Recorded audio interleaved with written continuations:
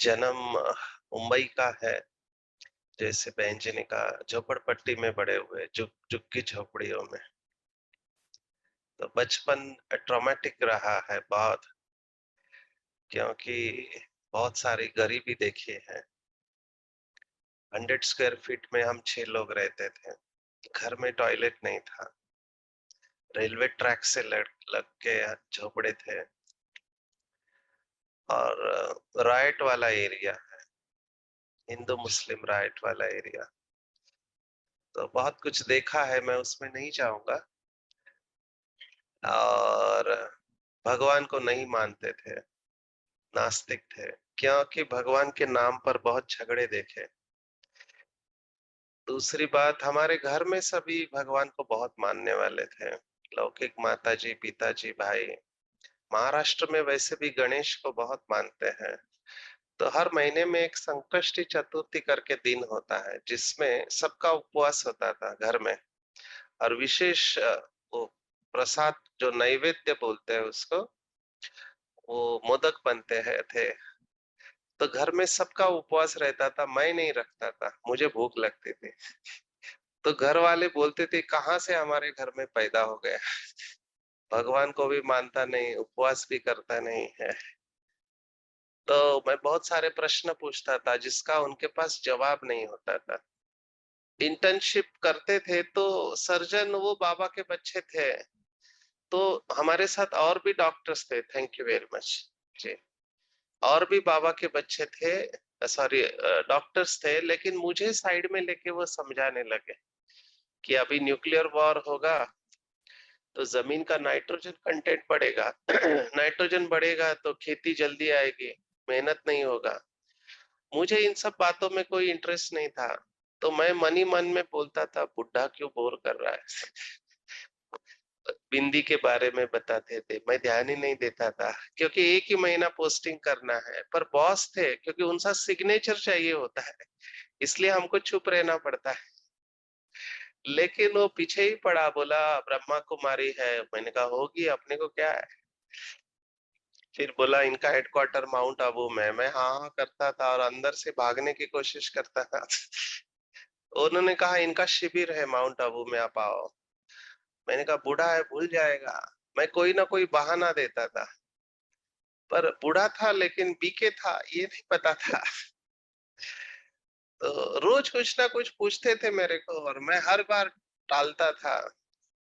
फिर मैंने पूछा कितना खर्चा आएगा, तो उस समय 94 95 की बात है, उस समय 500 रुपया खर्चा था। मैंने कहा इतना पैसा घर से नहीं मिलेगा। तो उन्होंने कहा पिताजी को पूछो। एक दिन मैं घर पे बैठा था, मैंने कहा अपने को क्या लेना है ब्रह्मा कुमारी से, घूम के आ जाएंगे। अब पिताजी के हाथ से कभी पैसा छूटता नहीं था।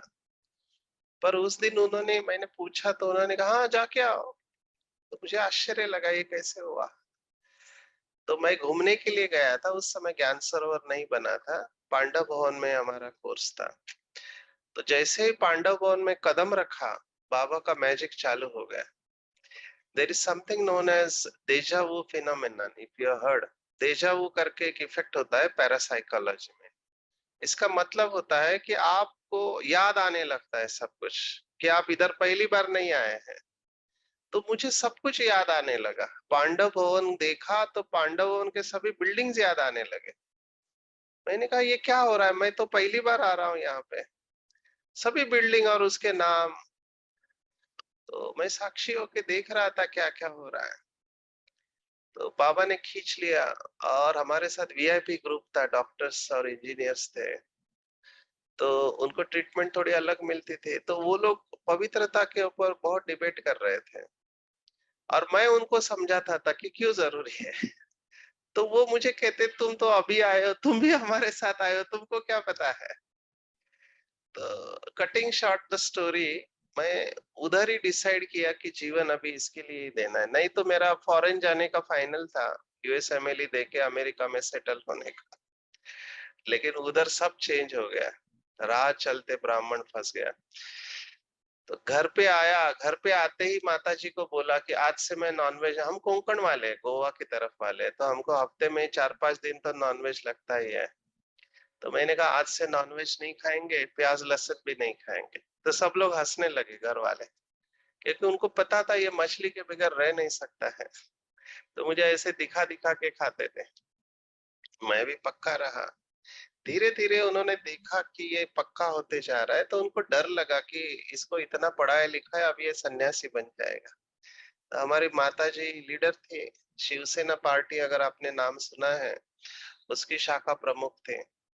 बहनों के साथ झगड़ा चालू हो गया, हमारे बेटे को बिगाड़ दिया, पहले सब कुछ खाता था, उससे भी कुछ नहीं हुआ।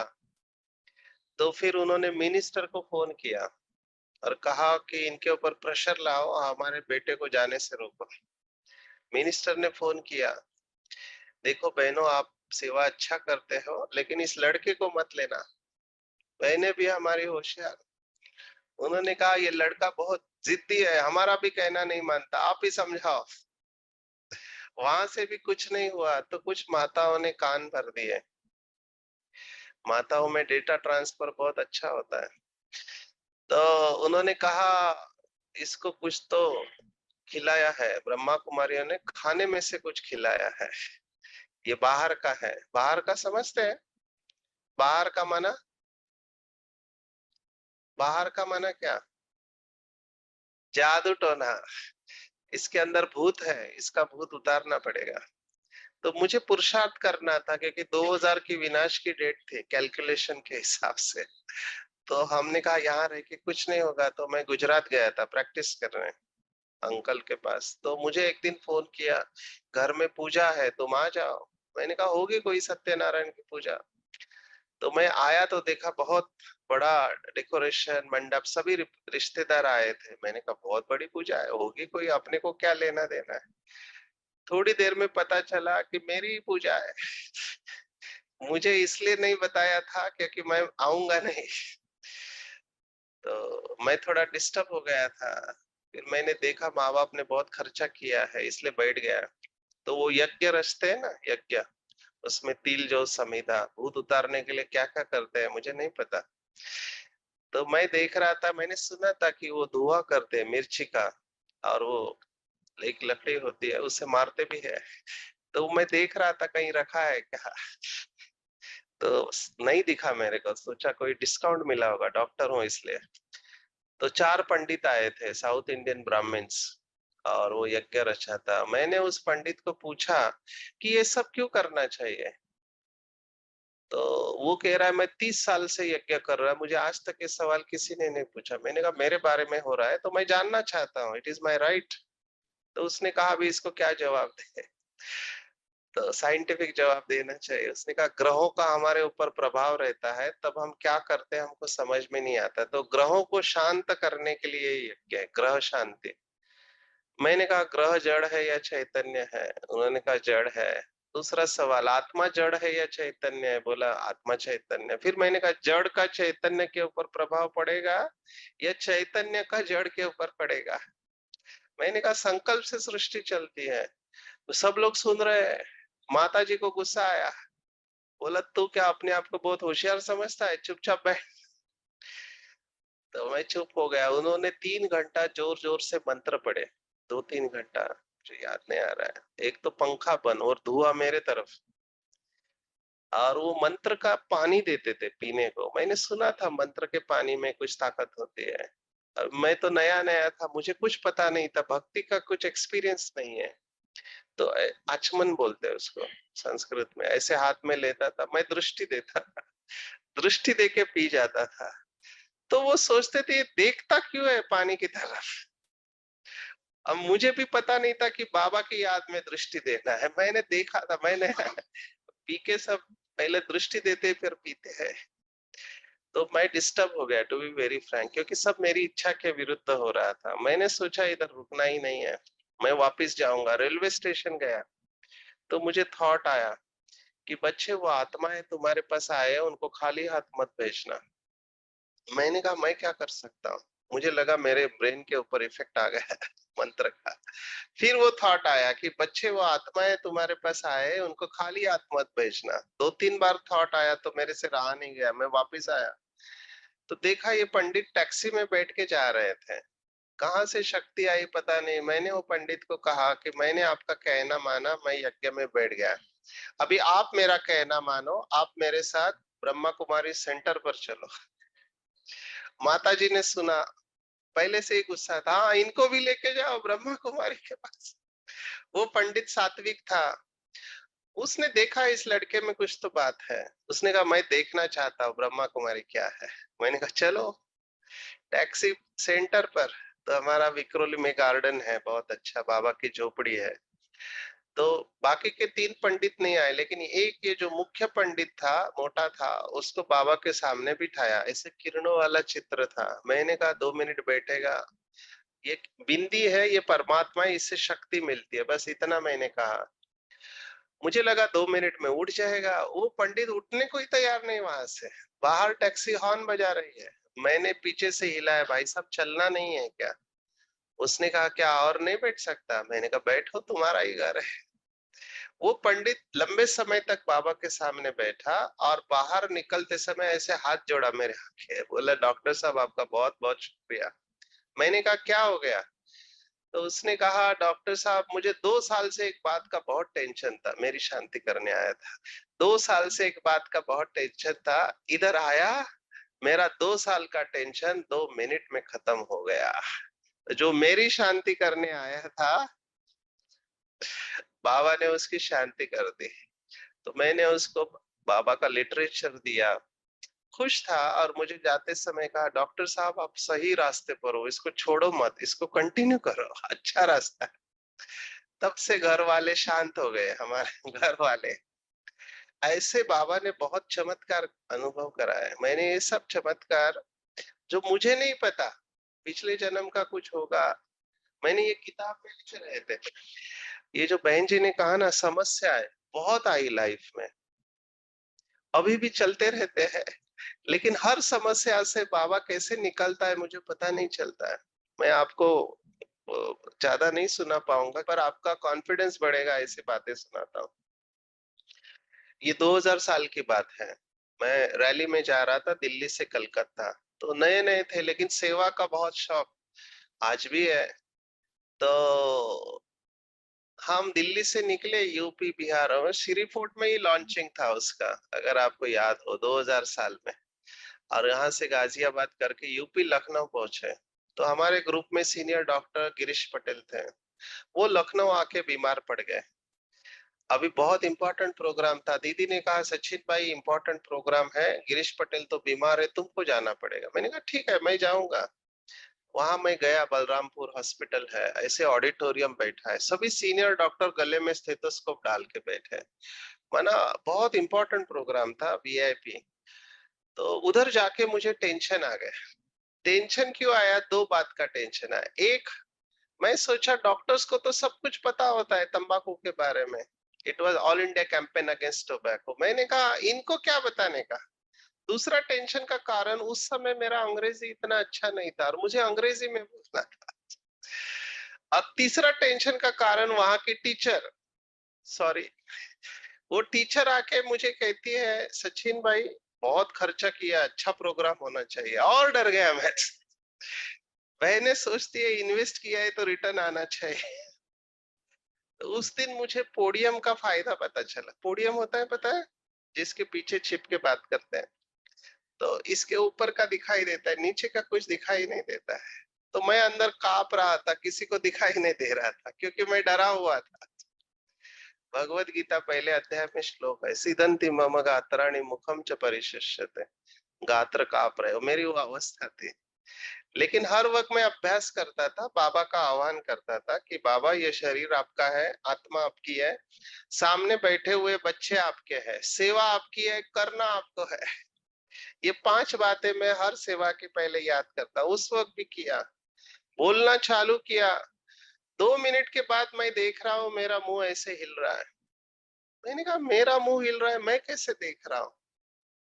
फिर देखा मेरा शरीर अच्छी तरह से बोल रहा है, अंग्रेजी बिना रुक के बोल रहा है, और केवल शब्द नहीं जा रहे हैं, ऐसे वेव्स जा रहे हैं, शब्द के साथ ताकत जा रही है। मैं खुद को साक्षी होकर देख रहा हूँ। क्या हो रहा है मुझे समझ में नहीं आ रहा था। और very fluent English, non stop, अच्छे अच्छे शब्द और ताकत जा रही है। आधा घंटा पौना घंटा मैंने बोला हुआ, क्या हुआ रहेगा? जितने लोग बैठे थे खड़े होके सभी ने स्टैंडिंग ओवेशन दिया, जोरदार तालियां बजाई। तो जो आपने अभी तक बजाई नहीं है मुझे नहीं पता, लेकिन ये इतने लोग ये हो गए। वो बहन जी मेरे पास आई प्रोग्राम के बाद, मुझे कहती है सचिन भाई मैंने बहुत लेक्चर सुने लेकिन आज के जैसा लेक्चर नहीं सुना। मैंने दीदी को हाथ जोड़ के कहा दीदी मैंने भी नहीं सुना, मैंने भी पहली बार ही सुना। तो ये स्पष्ट अनुभव था कि जब बच्चे में योग्यता नहीं है तो बाबा आके अपनी सेवा करके जाता है। तो मुझे समझ में नहीं आया इतनी सेवा करते उस समय ही क्यों। उसका राज मुझे 1 साल बाद पता चला। वहां बहुत बड़ा सेंटर खुलना था और बहुत सारे डॉक्टर्स बाबा के बच्चे रेगुलर स्टूडेंट बनते थे। तो किसका कमाल है? बाबा का कमाल है। ये मैं अनुभव आपको क्यों सुना रहा हूं? वो दिन है और आज का दिन है, मैं बिल्कुल नहीं सोचता हूं, क्योंकि ये स्पष्ट अनुभव है कि सब कराने वाला बाबा है। ये स्पष्ट अनुभव है। हमको पता ही नहीं होता है कि हम क्या बोल रहे हैं, कौन से शब्द मुंह से निकलने वाले ये भी पता नहीं होता है। कल का ही मैं बताता हूँ, G20 दीदी ने बोला है इसलिए। अभी ड्रामा प्लान अनुसार जो भी होना था, 20 देशों के लोग आए हुए हैं, तो इज्जत का सवाल है। सभी पावरफुल WHO के ऑब्जर्वर आए हुए हैं और 5 मिनट देते हैं आपको। तो एक तो लास्ट सेशन आया, वो अफ्रीकन लेडी बोल रही है और कहा ये आखिरी सेशन है। मैंने कहा मेरा कहाँ गया? मैं खास इसके लिए आया हूँ। फिर उनके अंदर कम्युनिकेशन गैप था, फिर बोला अब ज्यादा टाइम नहीं लेना, जल्दी पूरा करना। तो मुझे 5 मिनट मिले थे, सब थके हुए थे, तो मुंह से ऐसे निकल दिया क्योंकि एडिक्शन के ऊपर था। तो अंग्रेजी में ऐसी कहावत है, डॉक्टर्स को ये बताया जाता है, once an addict is always an addict. मैंने कहा ये बदलना पड़ेगा हमको, क्योंकि हमारे पास ऐसा डेटा है कि once an addict is not always an addict. क्योंकि बाबा के कई सारे बच्चे हैं जो ज्ञान में आने के बाद नशा छोड़ा, उन्होंने वापस चालू नहीं किया, लेकिन दुनिया में रिलैप्स होता है। तो वहां फॉरेनर्स बैठे थे, वो ताली बजाने लगे। तो मैं आपको ये क्यों सुना रहा हूं कि कई बार ऐसे शब्द मुंह से निकल जाते हैं, मुझे ही नहीं पता होता है। अभी कॉर्पोरेट ट्रेनर है, तो कंपनी में सेशन ले रहे थे कॉर्पोरेट में, तो बहुत लोग कह रहे थे कि छुट्टी नहीं मिलती, हमको छुट्टी नहीं मिलती, हॉलिडे चाहिए, आप कुछ तो कंसल्टेंट हो तो बताओ। तो उस दिन मुंह से मेरे निकल गया कि if you are holy then every day is a holiday for you. Holiday is a state of mind, not a place to be visited. तो लोगों को वो इतना अच्छा, सभी ने कहा फिर से बोलो क्या बोला आपने? मैंने कहा हॉलिडे ये मानसिक अवस्था है, हॉलिडे कोई स्थान नहीं है। If you are enjoying what you are doing, आपको स्ट्रेस आने का सवाल ही नहीं है। तो मैं ये आपको बता रहा हूँ कि ऐसे ऐसे शब्द मुंह से निकलते हैं। फिर जगदीश भाई के साथ का अनुभव सुनाते हैं। जगदीश भाई को हमने बहुत परेशान किया है, क्योंकि शुरुआत में हर किताब पढ़ता था जगदीश चंद्र असीजा। मैंने कहा ये है कौन व्यक्ति, इतना कैसे लिख सकता है? एक जन्म में eternal drama of soul matter and God, इसके 2 वॉल्यूम हमने पढ़े। योग की विधि और सिद्धि, कमल पुष्प समान जीवन, काम विकार पर विजय। मैंने कहा एक व्यक्ति इतना सब कैसे लिख सकता है? और कौन है मुझे पता नहीं। मैं जब गया पांडव भवन तो मेरे को पता नहीं था ये कैसे, इनका नेचर कैसा है, कुछ पता नहीं था। तो सिक्योरिटी वाले को पूछा ये जगदीश भाई कौन है? अभी वो आ रहे थे, बोले देखो पीछे से आ रहे हैं। मैंने कहा इतना डरता क्यों है ये भाई? मैं सीधा गया सामने, उनको बोला ओम शांति भाई साहब। तो उन्होंने कहा ये कौन है कुमार? मैंने उनको रोका रास्ते में। मैंने कहा भाई साहब आपसे प्रश्न पूछने हैं मुझे, क्योंकि बहुत सारी ऐसी बातें लिखी थी। तो उन्होंने पता नहीं क्या हो गया, उन्होंने कहा ठीक है 1 बजे इधर आओ। पहले निर्भय भाई ऊपर रहते थे, आपको पता है शशि बहन के बाजू में छोटे छोटे कमरे थे, पांडव भवन। सर शशि बहन जहाँ बैठती है ना, उनके ऑफिस के बाजू में पांडव भवन में छोटे छोटे कम। बोला इधर 1 बजे आ जाओ, टाइम दिया मुझे मिलने के। आए 1 बजे डॉट। तो मैंने पहला उनको क्या प्रश्न पूछा होगा, आपको थोड़ा इमेच्योर लगेगा, पर मेरा पहला प्रश्न उनको था कि भाई साहब आप 1950 से ज्ञान में हैं, मैं अभी आया हूँ 95 में, मैं आपसे आगे जाना चाहता हूँ, मैं क्या करूं? तो चेहरे पर कोई भाव नहीं, निर्विकार चेहरा उनका। उन्होंने कहा जा सकते हैं आप मेरे से आगे, दो बातें ऐसे करके उनको मैंने फायरिंग किया, 1 2 3 4। उन्होंने सब सवालों के जवाब शांति से दिए। तो उनको पता चला कि ये थोड़ा स्टूडियस है लड़का, क्योंकि मैंने सभी मुरलियों का स्टडी कर लिया था 2 साल में। पूरी अव्यक्त मुरलिया और पूरी साकार मुरलिया जितनी अवेलेबल थे। तो उन्होंने देखा इस लड़के में कुछ तो है, तो धीरे धीरे उनके साथ, तो उन्होंने मुरली के रिसर्च में भी लिया। आप सबको पता होगा मुरलियों के ऊपर रिसर्च हुआ है।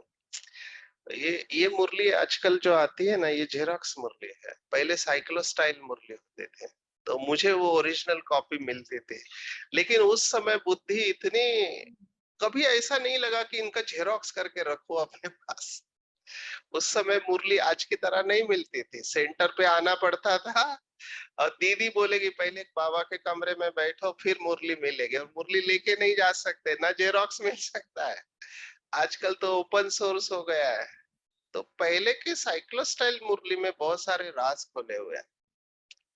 तो मेरा था सतयुग का पार्ट, सतयुग ड्रामा और कहावत, ये मेरे पास थे। मुझे मुरली में से नोट्स निकालना है, तो वो सब रिसर्च किया। तो बहुत सारा बातें बाबा ने बताई हुए। आज के मुरली में वो डाल ही नहीं सकते, हम डाल नहीं सकते, कुछ कारण है उसके पीछे, ठीक है। तो ये क्यों कह रहा हूँ, जगदीश भाई से मुझे प्रेरणा मिली कि भगवत गीता स्टडी करें। तो उन्होंने कहा सब सेवा तो हो गई, गीता का भगवान बाकी है। मैंने कहा कठिन है क्या इतना? उन्होंने कहा कठिन नहीं है, लेकिन ये लोग बहुत कट्टर होते हैं। अभी मुझे संस्कृत का गंध नहीं आता है, कुछ नहीं आता है, लेकिन थोड़ा थोड़ा पढ़ते तो है। उस समय कॉर्पोरेट में जॉब करते थे, हेड ऑफ द डिपार्टमेंट थे, फार्मास्यूटिकल इंडस्ट्री में मेडिकल एडवाइजर थे। आरपी गोयंका, अगर आपने नाम सुना है, आरपीजी लाइफ साइंस, उसके छोड़ी थे मेडिकल में। तो एसी कैबिन था, बैठे बैठे बुक डाउनलोड किया, learn Sanskrit in 21 days, English to Sanskrit. कुछ समझ में नहीं आता, भगवत गीता का श्लोक कहाँ से चालू होता है कहाँ पे खत्म होता है कुछ समझ में नहीं आता। लेकिन लगे रहे, 2 साल लगा। धीरे धीरे फिर ऐसा समय आया कि बाबा ने पीस ऑफ माइंड चैनल पे ईटीवी मराठी के ऊपर 30-40 एपिसोड भगवत गीता के रिकॉर्ड कराए, जो काफी फेमस हुए। अभी भी लॉकडाउन में बीके भाई बहनों के लिए 700 श्लोक पूरे कवर किए, 6 महीना लगा, जो काफी फेमस हुए। अभी 200 श्लोक बाय हार्ट है भगवत गीता के। जैसे मुरली चलती है श्लोक याद आता है, कौन से मुरली है, कौन से अध्याय का कौन सा श्लोक है। तो ये सब बातें मैं आपको इसलिए सुना रहा हूँ कि अगर आप हिम्मत रखते हैं तो बाबा की मदद मिलती है, ठीक है। मेरा पूरा जीवन का अनुभव यही है कि आपको कुछ नहीं करना है। भगवत गीता तीसरे अध्याय में 27वां श्लोक है, 27 वर्ष, अहंकार विमूढ़ आत्मा करता हम इति मन्यते। क्योंकि मैं बीके भाई बहनों को देखता हूँ, बहुत मेहनत करते बेचारे, मुझे बहुत रहम आता है। भगवत गीता कहते हैं अहंकार विमूढ़ आत्मा करता हम इति मन्यते। ये जो कर्तापन का भाव है ना, ये तनाव का कारण है कि मैं कर रहा हूँ, मुझे करना है। ये भगवत गीता कहती है कि आप कुछ नहीं कर रहे हो, कोई और आपके द्वारा करा रहा है। वहां पर भी आपका पूरा स्ट्रेस रिलीज हो जाता है। आप समझ रहे बात को? जब मैं कर रहा हूं, मुझे करना है, मेरी जिम्मेवारी है, तो स्ट्रेस आ जाता है। लेकिन जैसे ही आपने समर्पण कर दिया, मन बुद्धि से समर्पित, क्योंकि पूरी भगवत गीता का सार एक श्लोक है। समझो आपको 700 श्लोक याद नहीं रहते ना, तो 18वें अध्याय में 66वां श्लोक है। आपने भी सुना होगा वो, जब भी भगवत गीता का पठन होता है ना, तो ये श्लोक 3 बार बोला जाता है। बाकी सब श्लोक एक बार बोलेंगे, लेकिन ये श्लोक 3 बार बोला जाता है। आप सबने सुना होगा, सर्वधर्मान् परित्यज मामेकम शरणम व्रज, अहम त्वा सर्व पापेभ्यो मोक्षयिष्यामि मा शुचः। माना सभी धर्मों को छोड़कर मुझ एक की शरण में आओ, मैं तुम्हें सर्व पापों से मुक्त कर दूंगा। ये बहुत पावरफुल स्टेटमेंट है। आपको कुछ नहीं करना है, आपका एक ही काम है, समर्पण। और ये आज की मुरली है, अगर आप गहराई में जाओ, आप में से मुरली रहस्य कोई सुनता है? तो मुरली के ऊपर मोटिवेशन तो आज 7,500 भाई बहने डेली सुनते हैं ऑल ओवर वर्ल्ड में। तो मुरली में बहुत गहराई होती है। जैसे आज का मुरली अगर मैं बताऊं तो बाबा ने कहा कि जगदम्बा जो है वो माता है। सुना आपने ये वक्त? अभी जगदम्बा सरस्वती माता है क्या कुमारी है? कुमारी है। तो माता क्यों कहा? क्योंकि आज की पूरी मुरली, हाँ, समझना चाहिए। तो क्या कामधेनु एक दूसरा शब्द आया है ना? एक एक शब्द की गहराई में। तो क्या गहुमुख का गायन है कामधेनु होते तो क्या भाइयों का कोई भाई कामधेनु नहीं हो सकते? भाई कामधेनु नहीं है, भाई माता हो सकते हैं कि नहीं? हाँ, हिंदी में पालना बोलते, पर और गहराई में जाओ ना आप सकते तो हैं ना। आपको इसका राज पता चलेगा। आज का साइंस ये कह रहा है कि ये शरीर है ना, पुरुष और स्त्री, इसको हम कहते हैं feminine energy and masculine energy. Energy है ये, और हर एनर्जी की अपनी विशेषता होती है। फेमिनाइन एनर्जी का पार्ट है अभी, जिसको बाबा कहते हैं शिव शक्ति पांडव सेना। मेजोरिटी आज भी क्लास में मैं देखता हूँ सभी सेंटर पर मेजोरिटी किसकी है? आज भी यहाँ पे जो बैठे हैं मेरे सामने, माताओं की है। ये क्यों है इसको समझना बहुत जरूरी है। साइंस अभी हमारे इसके ऊपर राज खोल रहा है कि जिनका राइट ब्रेन डोमिनेंट होता है, ब्रेन में दो हेमिस्फीयर होते हैं, राइट और लेफ्ट। तो राइट ब्रेन जो है ना वो फेमिनाइन एनर्जी है, लेफ्ट ब्रेन है मैस्कुलाइन एनर्जी, पुरुष और स्त्री। और ये राइट ब्रेन है, इसकी रिसीविंग पावर अच्छी होती है।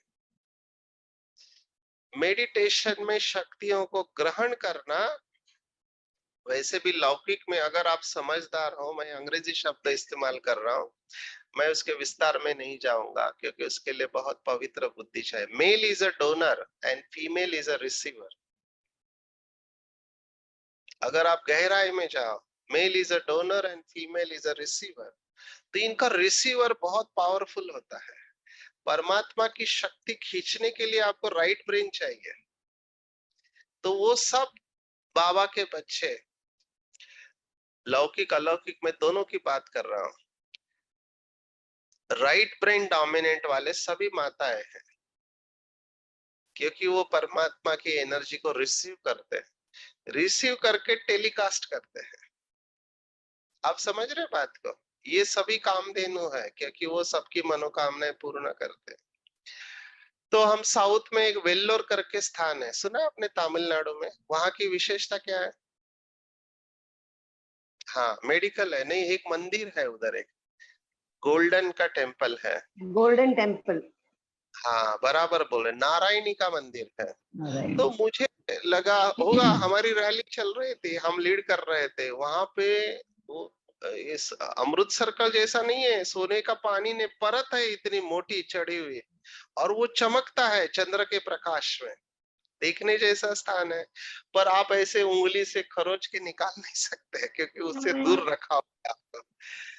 तो वहां का जो व्यक्ति है वो पुरुष है, पुरुष है, लेकिन उसको फेमिनाइन एनर्जी है उसके अंदर, है ना? बहुत बड़ा है वो, तपस्वी है, दादी के चरणों में बैठ गया वो। तो उन्होंने हमारी पूजा रखी थी, सभी लोग लाइन में खड़े हैं, बहुत लंबी लाइन लगती है, हमको सबके आगे रख के नारायणी के सामने हमारी पूजा डलवाई कि इनका यज्ञ सफल हो करके। तो मैं ये क्यों कह रहा हूँ, ऐसे बहुत फेमिनाइन एनर्जी वाली आत्माएं हैं जिनके अंदर कामधेनु की शक्ति है। आप उनसे मिलेंगे तो आपकी सभी मंगल मनोकामनाएं पूर्ण हो जाएगी। तो ये मुरली की पॉइंट मैं आपको बता रहा हूँ कि डेप्थ में जाके आप इसको महसूस करेंगे ना, तो आपको रियलाइज होगा कि बाबा क्या कह रहे हैं। आप समझ रहे हैं? गौमुख की बात। अभी मुझे प्रश्न आया महाराष्ट्र से कि महाराष्ट्र में संत ज्ञानेश्वर होके गए, आपने सुना होगा, जिसको बाबा भी मुरली में याद करते हैं।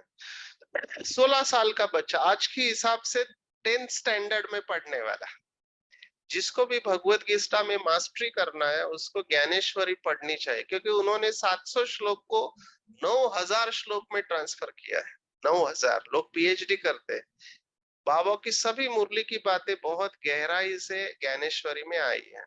तो उन्होंने बहुत सारे चमत्कार किए। तो आज की मुरली में जो आया है ना कि जानवर के मुख से अमृत कैसे निकलेगा? तो मुझे प्रश्न आया कि उसने एक चमत्कार भक्ति मार्ग, आप मूवी को देख सकते हैं, यूट्यूब पे मूवी अवेलेबल है संत ज्ञानेश्वर के। उसने क्या किया, एक भैंसे के मुख से वेदों का उच्चार करवाया। अभी प्रश्न है कि भैंसे के मुख से वेदों का उच्चार कैसे हो सकता है, हमको भी करना मुश्किल होता है।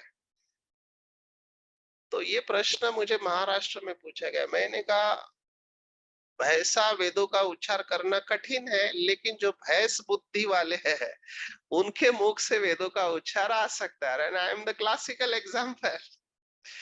क्योंकि भगवान को नहीं मानने वाला, भक्ति नहीं करने वाला आज भगवत गीता के 200 श्लोक कैसे कंठस्थ है? ये परमात्मा की शक्ति है। जब परमात्मा यूज करता है तब ऐसे यूज करता है। अभी हमको वहां प्रवचन के लिए बुलाते हैं। महाराष्ट्र में एक शब्द इस्तेमाल किया है, वो कहते हैं हबप महाराज। जैसे महाराज होते हैं ना, हरि भक्त परायण कहते हैं, उनके पैर वगैरह छूते हैं। तो ऐसे परंपरा है कई स्थान पर कि ग्रंथ सामने लिखा हुआ रहता है, उसको खोलने का, जो आएगा श्लोक उसके ऊपर आपको 1 घंटा सुनाना है। तो ऐसे स्थान पर बाबा ने भेजा है। तो महाराष्ट्र में एक परभनी करके है, वहां पे ये प्रथा चलती है। बुलाया उन्होंने क्योंकि उन्होंने यूट्यूब पे लेक्चर सुने थे मेरे भगवत गीता के, बोले ये व्यक्ति ठीक है हमारे इधर।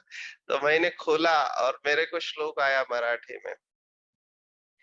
तो वो बहुत सुंदर श्लोक है, मराठी है, मैं हिंदी में बताऊंगा। मी आणि माझी आठवण विसरले जयाचे अंतःकरण पार्था तोची संन्यासी जान। माना जिसके अंतःकरण से मैंपन और मेरापन का भाव निकल गया वही सच्चा सन्यासी है। ऐसे मेरे को श्लोक आया। तो वो जो सुनाया बाबा का अर्थ, तो इतनी भीड़ लग गई, लोगों ने कहा हमको 7 डेज कोर्स करना है। मैं आपको क्यों सुना रहा हूँ ये सब बातें? यस, चैलेंजेस आर देयर, है ना। बहुत लोग बहुत कुछ करते हैं, तो मेरे ऊपर उसका असर नहीं आता है। निगेटिव एनर्जी भेजते अलग अलग तरीके से। आपका अगर ऑरा अच्छा है तो उसके अंदर निगेटिव एनर्जी जा नहीं सकती है। वैसे नए नए थे, एवरेल्दी हॉस्पिटल को संभालने के निमित्त थे। हमारे मेडिकल विंग में 2 डॉक्टर काफी अच्छे हैं, डॉक्टर प्रेम मसन और गिरीश पटेल। अभी उम्र हो गई फिर भी doctor Prem Masan is much active than doctor Girish bhai.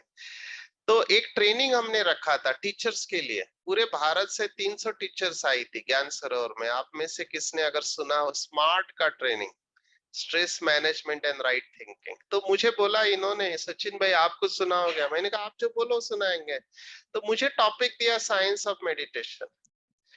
तो मैंने शुरुआत में तो हाँ बोला, फिर मेरे को फिर से टेंशन आ गया। परफेक्शन का संस्कार है ना। मैंने कहा सब टीचर्स आ रही है जो 7 डेज कोर्स करती है, मैं तो कभी कोर्स भी नहीं किया, मैं इनको क्या सुनाऊं? जिसमें डॉक्टर्स भी है, बाबा के सामने बैठ गया तो धड़ाधड़ 3-4 थेरी आ गई, बहुत अच्छे, नया फिलॉसफी कि कैसे काम करता है राजयोग मेडिटेशन। तो मैंने वो थ्योरी को पिक्चर बनाया और प्रेजेंटेशन तैयार किया। तो सबका लेक्चर हुआ। गिरीश पटेल राइट थिंकिंग के ऊपर बोल रहे थे, प्रेम मसन ने एटीट्यूड के ऊपर बोला, मैंने साइंस ऑफ मेडिटेशन किया। तो दादी मिलने आए। दादी का पहला प्रश्न ट्रेनिंग कैसे रहा, क्योंकि 300 टीचर्स बहने आए, उसमें डॉक्टर्स भी है कई सारे। सभी ने कहा बहुत अच्छा ट्रेनिंग रहा। दादी का दूसरा प्रश्न, सबसे अच्छा सेशन किसका रहा? तो सभी ने खड़े होके कहा दादी डॉक्टर सचिन परब का सेशन सबसे बेस्ट रहा। तो दादी ने कहा गिरीश पटेल को जानती हो, प्रेम मसन, ये डॉक्टर सचिन कौन है? मुझे खड़ा किया, खड़े हो जा, स्टेज पे बुलाया दादी ने। और दादी ने बहुत पावरफुल दृष्टि दिया, बोला बहुत अच्छा, कीप इट अप। दादी के नजरों में आ गए। फिर तो बहुत सारे अनुभव है। मेरा नाइट ड्यूटी होता था ग्लोबल हॉस्पिटल में।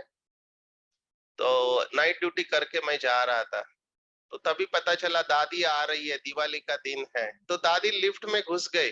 देखो दादी की पावर क्या है, मैं आपको अनुभव सुना रहा हूँ। लिफ्ट में घुस गई, दरवाजा बंद करने के लिए कोई नहीं, सभी ऑडिटोरियम में जा रहे हैं आगे की सीट पकड़ने के। मैंने कहा ठीक है, मेरे को सोना ही है, नींद आ रही है, नाइट ड्यूटी हो गया है, दादी को छोड़ता हूं। दरवाजा बंद किया, मुझे पता नहीं था मेरा भाग्य खुलने वाला है। दरवाजा बंद किया, लिफ्ट में मुन्नी बहन, मोहिनी बहन और बड़ी दादी, 3 लोग थे और मैं गेट के पास खड़ा था। मैं दादी को ऐसे देखा, दादी खुशी में थी, बहुत कापरी खुशी।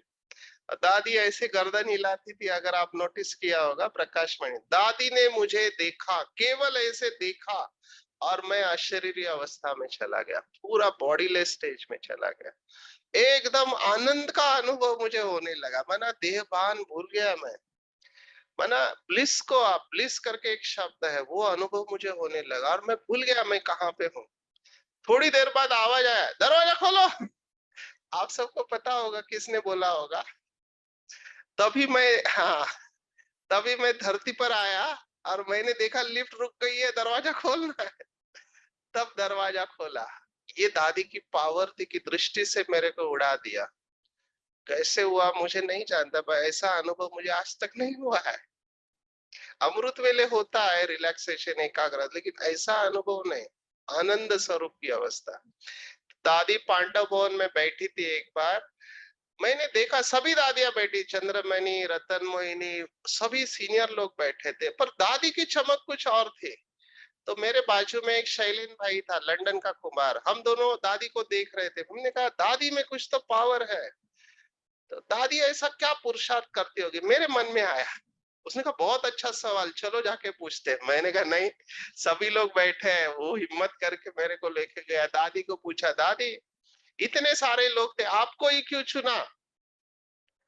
दादी ने देखा, तुम कौन हो भैया? तो हमने परिचय दिया, ये डॉक्टर सचिन, ग्लोबल हॉस्पिटल, और ये शैलेन है। दादी, अच्छा दादी से जानना चाहते हो दादी क्या पुरुषार्थ करती है? सुनो।